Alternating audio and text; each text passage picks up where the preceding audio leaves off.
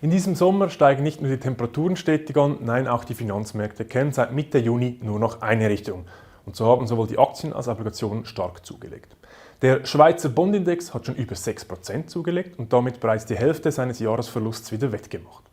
Die Gründe für die aktuell sehr hohe positive Korrelation zwischen Aktien und Obligationen könnten unter anderem daran liegen, dass die Konjunkturzahlen im Juli relativ schlecht waren, die Investoren somit bereits eine milde Rezession und fallende Inflationsraten erwarten und sogar schon auf erste Zinssenkungen der US-Fed Anfang nächstes Jahr setzten.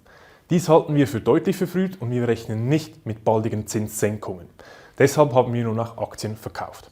Ein erster Hinweis darauf gab der Arbeitsmarkt am Freitag. Dieser war sehr stark, die Zahlen kamen besser als erwartet und so wurden diese Zinssenkungsfantasien gleich angezweifelt und es kam zu ersten Verlusten. Der nächste Knackpunkt könnte am Mittwoch folgen, denn falls dort die Inflation in den USA höher als die erwarteten 8,7% kommt, dann dürfte es zu weiteren Verlusten kommen.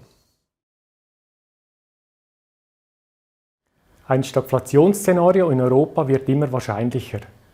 Die Wirtschaftssanktionen gegen Russland treiben die Inflationsraten hoch und gleichzeitig schwächt sich die Wirtschaft ab.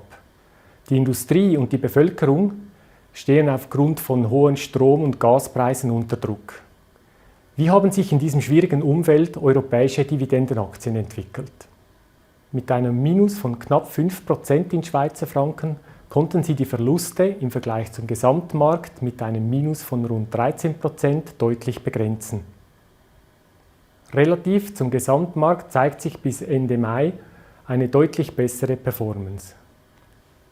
Die relativ schwächere Kursentwicklung in den vergangenen Wochen erachten wir als gute Einstiegsmöglichkeit. Dividendenaktien bieten defensive, weniger zyklische Geschäftsmodelle mit Dividendenrenditen von über 5%. Das kombiniert mit einem deutlichen Bewertungsabschlag zum Gesamtmarkt bringt den Investoren ein ausgezeichnetes Chancen-Risikoprofil.